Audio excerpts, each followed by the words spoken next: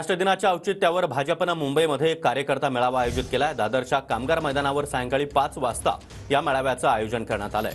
देवेंद्र फडणवीस हे देखील या मेळाव्याला उपस्थित राहणार आहेत आणि मुंबईतील लोकसभेच्या सर्व 6 जागांसंदर्भात या ठिकाणी मेळाव्यामध्ये भाजपचे ज्येष्ठ नेते मार्गदर्शन करणार आहेत।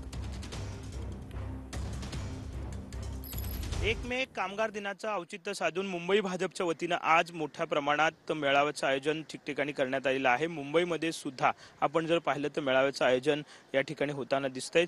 संपूर्ण तयारी जी आहे ती या ठिकाणी होते। आगामी लोकसभा निवडणुकीच्या अनुषंगानं भाजपच्या कार्यकर्त्यांचा हा महत्त्वपूर्ण मेळावा जो आहे तो असणार आहे। संध्याकाळी 5 नंतर या मेळाव्याला सुरुवात होईल। प्रमुख नेते जे आहेत ते या ठिकाणी असणार आहेत। राज्याचे उपमुख्यमंत्री देवेंद्र फडणवीस, त्याचप्रमाणे मुंबई भाजप अध्यक्ष आशिष शेलार, इतर प्रमुख नेते सुद्धा या ठिकाणी मार्गदर्शन जे आहे ते पदाधिकारी कार्यकर्त्यांना करणार आहेत।